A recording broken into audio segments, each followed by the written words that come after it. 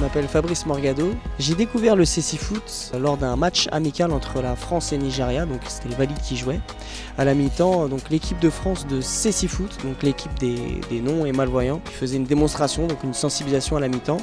Et c'est en regardant le match que j'ai appris que le cécifoot, donc le football adapté, existait pour nous, les déficients visuels.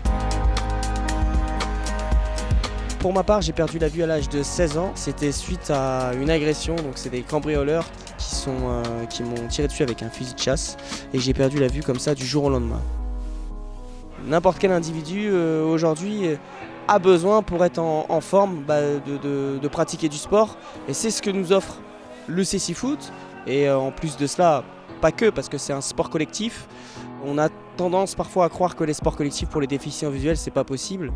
Or si, c'est complètement possible et au contraire c'est un vrai plus pour tout le monde, soit pour les valides ou les déficients visuels, en termes de communication, en termes d'aptitude physique, d'aptitude au niveau de l'adaptation de notre handicap, sans parler de l'aspect technique et physique. C'est un sport très complet et je pense que énormément de déficients visuels auraient attiré à pratiquer cette discipline. Porter les couleurs du maillot de l'équipe de France, quelque part c'est aussi porter l'histoire française avec toutes les valeurs qui en découlent. Et pour moi, m'impliquer dans ce projet, c'est une fierté, ça me procure aussi beaucoup de joie.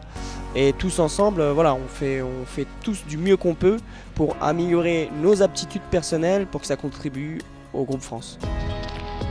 On commence de plus en plus à être reconnu, à être connu, à être suivi au niveau des réseaux sociaux.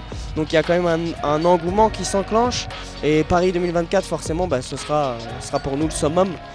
On sait que les gens seront derrière nous à ce moment-là, forcément.